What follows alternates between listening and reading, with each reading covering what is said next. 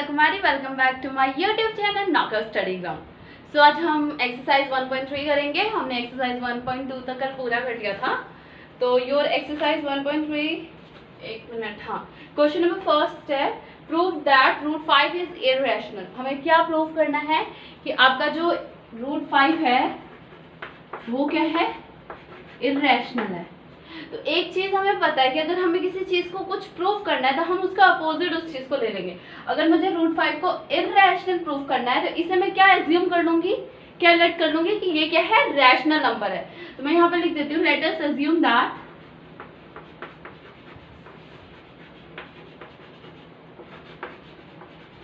That root 5 is a rational number. Rational number, ठीक है। हमारा रूट 5 क्या है, रैशनल नंबर है, हमने अज्यूम कर लिया। अगर कोई चीज रैशनल नंबर है तो किस चीज के फॉर्म में होगा, a बाय बी के फॉर्म में। और जहां पे a भी क्या है, कोई इंटीजर है और b is not equal to 0 है यहाँ पे।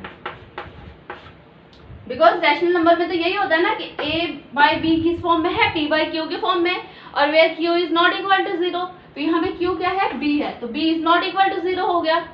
ओके और यहाँ पे जो a एंड b है वो क्या है, a and b are coprime numbers, को प्राइम नंबर्स। ओके तो को प्राइम नंबर कौन से होते हैं, जिनका सिर्फ वन फैक्टर होता है और नंबर इटसेल्फ। जैसे कि अगर 5 है तो 5 इज अ को prime number. Why? Because it is only two factors, that is number itself and 1। I think you are understanding what I am saying to you. Understood ना?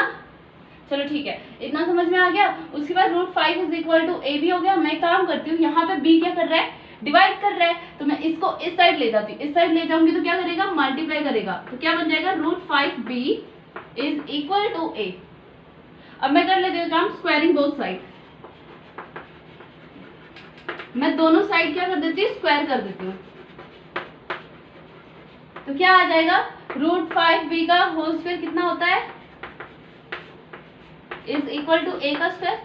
रूट 5 को अगर आप स्क्वायर करेंगे, रूट 5 को स्क्वायर करने का मतलब क्या है, रूट 5 इंटू रूट 5 करना। तो ये क्या बन जाएगा, 5 बन जाता है ना, ये कैंसिल हो जाता है, सिर्फ 5 बच जाता है। तो ये क्या हो गया, 5। अब b को स्क्वायर करेंगे तो b square is equal to a square. ठीक है, ये जो आपका a स्क्वायर है वो किससे, 5 से डिविजिबल है। तो यहाँ पर लिख सकते हैं a square is divisible by 5। और अगर आपने थ्योरम 1.2 पढ़ा हो तो उसमें क्या बताया गया है कि उससे हमारा a क्या होगा, a is also divisible by 5 हो जाएगा। एक बार आप ध्यान दे लेना थ्योरम 1.2 पे, a is also divisible by 5 by theorem 1.2। Okay समझ में आ गया, इतनी चीज हो गई। तो यहाँ पे अगर 5 जो है a का फैक्टर है तो मैं क्या ले सकती हूँ, a is equal to 5c। अब ये आपका क्या था, इक्वेशन नंबर फर्स्ट, इसको लेट कर लेती हूँ और इसको इक्वेशन नंबर सेकंड लेट कर लेती हूँ। और मैं क्या करती हूँ, इस सेकंड की वैल्यू मतलब a is equal to 5c की वैल्यू फर्स्ट वाले में पुट कर लेती हूँ। ठीक है, मैं जरा ऊपर का रब कर देती हूँ।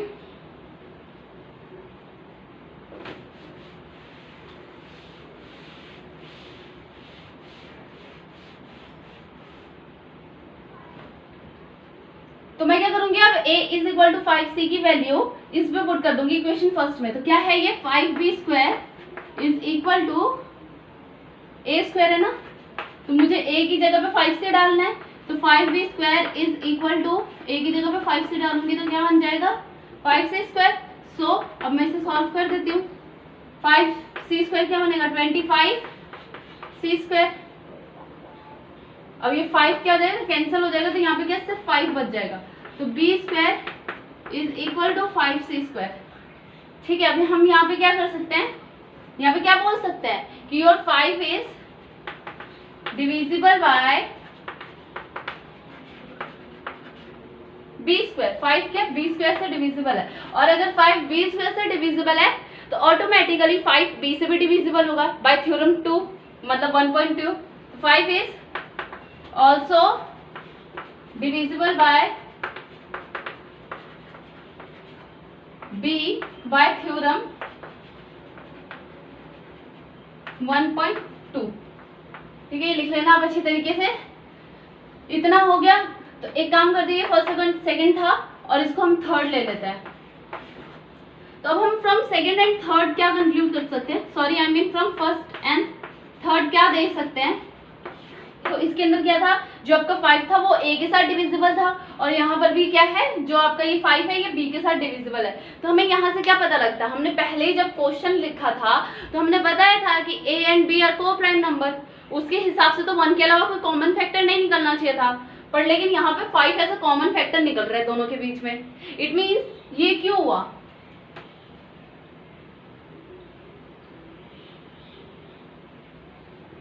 तो यहाँ पे क्या लिख दो, from first and second we can say that a and b have 5 as a common factor,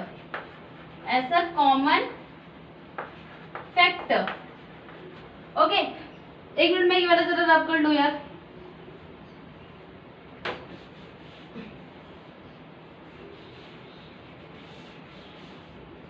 तो अब ये जो कॉन्ट्रडिक्शन, रॉन्ग एजम्पशन है, ये क्यों हमारे पास आया, बिकॉज हमने एज्यूम ही गलत किया था, रैशनल नंबर एज्यूम किया था। तो यहाँ पे लिख देते हैं, this has arisen, this contradiction is arisen because of our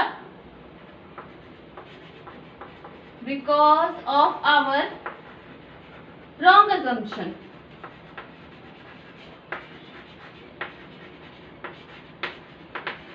हमने गलत सोचा था, हमने एज्यूम ही गलत किया था कि √5 क्या है, रैशनल नंबर है, इस वजह से ये सारा कुछ हुआ। तो यहाँ पे बोल देंगे therefore √5 is a rational number.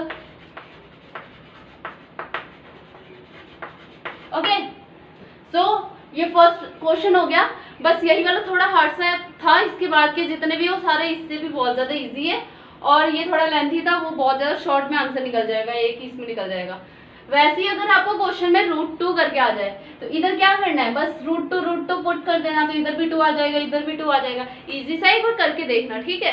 So ये क्वेश्चन नंबर सेकंड इज कि 3 + 2 √5 को हमें इरेशनल प्रूव करना है।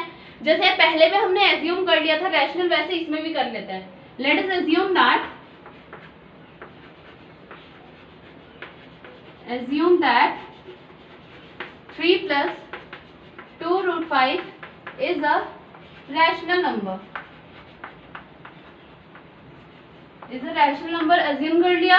उसके बाद अगर कोई चीज रैशनल है, इट मींस वो किसके फॉर्म में होगा, p/q के फॉर्म में। यहाँ पे मैं p/q के फॉर्म में a/b ले लेती हूँ, और यहाँ पे क्या है, a and b are coprime numbers, where b is not equal to 0। ठीक है, इतना हमने ले लिया। देखो 3 + 2 √5 इज इक्वल टू a/b है, बिकॉज ये p/q के फॉर्म में है, वहां पे q is not equal to 0, इसलिए b is not equal to 0 हमने लिख दिया। इतना से हमारा काम हो गया। और को प्राइम नंबर फिर से बता रही हूँ, को प्राइम नंबर वो होता है सिर्फ उसका एक ही कॉमन फैक्टर होता है जो कि 1 होता है। ठीक, ये हो गया 3 + 2 √5 इज इक्वल टू a/b हो गया। अब मैं एक काम करती हूँ, इस 3 को ना इस साइड ले जाती हूँ। ये यहाँ पे क्या कर रहा है, प्लस कर रहा है, तो उधर जाके क्या करेगा, सब्ट्रैक्शन मतलब कि माइनस करेगा। तो 3 + 2 √5 सिर्फ यहाँ पे बच जाएगा, इज इक्वल टू a/b - 3। ठीक है, इतना आ गया। तो ये क्या बन जाएगा, मैं इसका एलसीएम ले लूंगी तो b a - 3b और 2 √5 यहीं पे रहेगा। अब यहाँ पे 2 क्या कर रहा है, √5 के साथ मल्टीप्लाई कर रहा है, तो मैं उधर ले जाऊंगी तो क्या करेगा, डिवाइड करेगा। तो मैं 2 को उधर ले गई, ठीक है। तो यहाँ पे इसने क्या कर दिया, डिवाइड कर दिया। ओके, अब यहाँ से हमें एक चीज पता लग रही है कि ये जो आपका √5 है, ये क्या है, इरेशनल है। हम सबको पता है √5 इज इरेशनल। और ये क्या है आपका, a और b क्या है, यहाँ पे रैशनल नंबर्स है। और यहाँ पे क्या है, irrational is equal to rational number दिया हुआ है। और जबकि हमको पता है कि कभी भी इरेशनल नंबर रैशनल नंबर के इक्वल नहीं हो सकता।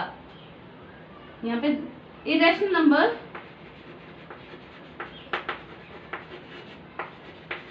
is never equal to rational number.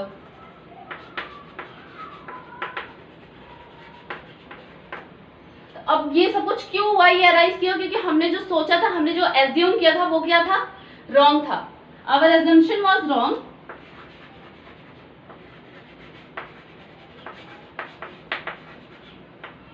Assumption was wrong. Here भी लिख देना. Here our assumption was wrong. Therefore, 3 plus 2 root 5 is a rational number. बस इतना सा है. देखो कितना इजी सा है, आधे पेज का भी नहीं है. तो वैसे ही बाकी सारे जितने भी पार्ट्स हैं इसके थर्ड क्वेश्चन है ना, उसके जितने भी पार्ट्स हैं सारे के सारे ऐसे ही हैं. अब हमें क्वेश्चन नंबर 3 के फर्स्ट पार्ट में क्या करना है, 1/√2 को इरेशनल प्रूफ करना है. तो इरेशनल प्रूफ करना है तो सबसे पहले बाकी क्वेश्चंस की तरह वैसे क्या ले लूं, रैशनल लेट कर लेती हूँ. लेट अस अज्यूम दैट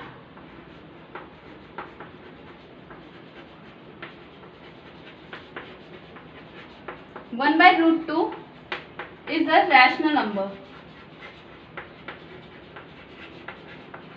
ठीक है, इतना लेट हो गया. उसके बाद अगर कोई चीज रैशनल नंबर है तो किस फॉर्म में होगा, p बाय क्यू के फॉर्म में. तो 1/√2 क्या बन जाएगा, a बाय b.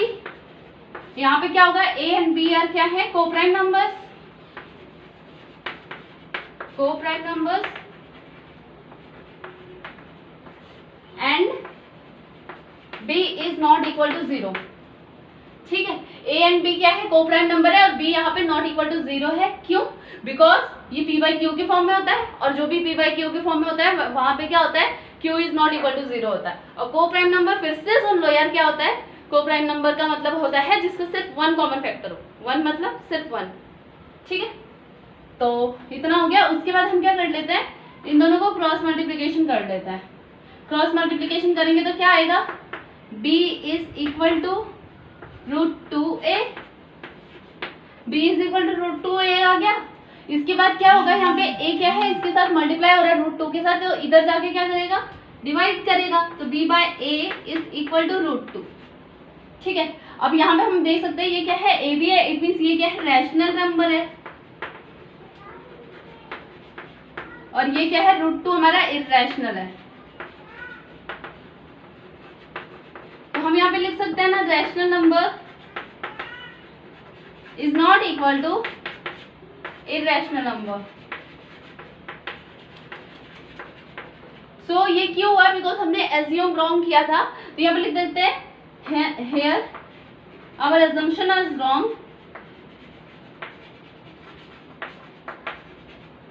ऐसे पूरा लिख सकते हैं, this contradiction has arisen because of our wrong assumption. अब इतना बड़ा लिखना, मैं नॉर्मल सा लिख दे रही. here our assumption was wrong. इतना भी लिख लोगे तो कोई बात नहीं, मार्क्स लग जाएगा. therefore क्या ये 1/√2. 1/√2 is a rational number, is irrational number. ठीक है, ये वाला पार्ट हो गया. अभी 2 पार्ट और बाकी है. उसको क्या प्रूफ करना है, इरेशनल नंबर प्रूफ करना है. तो मैं क्या अज्यूम कर लेती हूँ, let us assume that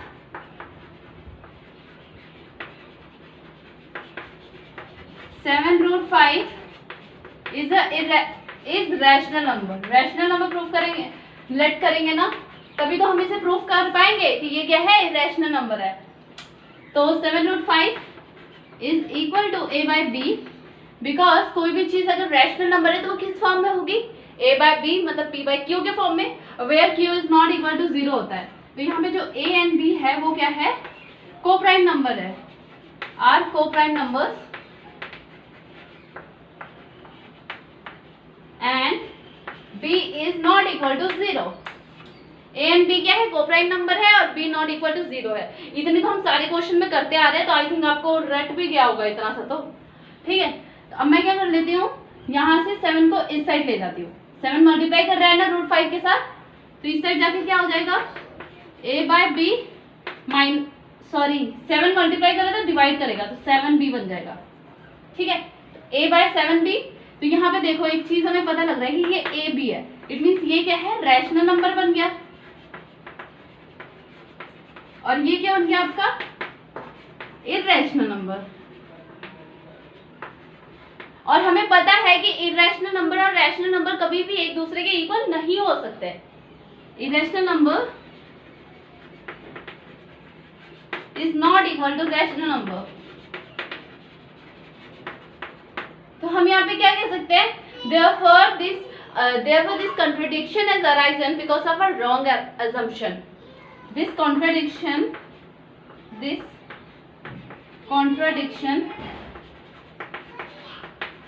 is arisen because of our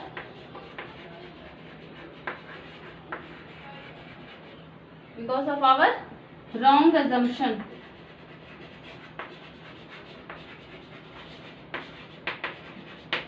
ठीक है, तो अब हम क्या बोल सकते हैं यहाँ पे, therefore 7√5 is a irrational number,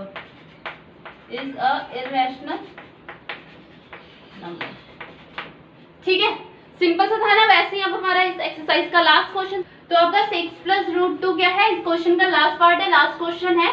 तो यहाँ पर भी हम क्या लिख लेंगे, एज्यूम कर देंगे कि ये क्या है, रैशनल नंबर है। Late us assume that 6+√2 is a rational number। ठीक है, हमने क्या एज्यूम कर लिया कि ये क्या है, एक रैशनल नंबर है। अगर 6+√2 रैशनल नंबर है तो वो किसके इक्वल टू हो जाएगा, a/b। और यहाँ पे a/b क्या है, a and b are coprime numbers. a and b क्या है, को प्राइम नंबर है, आर को प्राइम नंबर्स। और यहाँ पे b is not equal to 0 है। Why? Because we know that 6+√2 is in the form of p/q is in the form of, because क्योंकि 6+√2 क्या है, एक रैशनल नंबर है। और रैशनल नंबर हमेशा किसके फॉर्म में होता है, p/q के फॉर्म में होता है। और वहां पे q is not equal to 0 होता है। ओके, और को प्राइम फिर से सुन लो, को प्राइम वो होता है जिसका सिर्फ एक ही फैक्टर होता है, कॉमन फैक्टर होता है। ओके, मैं काम कर लेती हूँ। ये 6 यहाँ पे क्या हो रहा है, प्लस हो रहा है, इधर जाके क्या होगा, सब्ट्रैक्ट होगा। तो √2 इज इक्वल टू a/b -6। तो ये क्या आ जाएगा, b का एलसीएम आ जाएगा -6b। तो ये क्या हो जाएगा, आपका रैशनल नंबर हो जाएगा। और ये क्या हो जाएगा, इररेशनल नंबर हो जाएगा। हमें पता है irrational number not equal to rational number होता है। ठीक है, तो हम यहाँ पे क्या कह सकते हैं, this assumption is arisen because of our wrong, हम यहाँ पे क्या कह सकते हैं, this contradiction is arisen because of our wrong assumption। This contradiction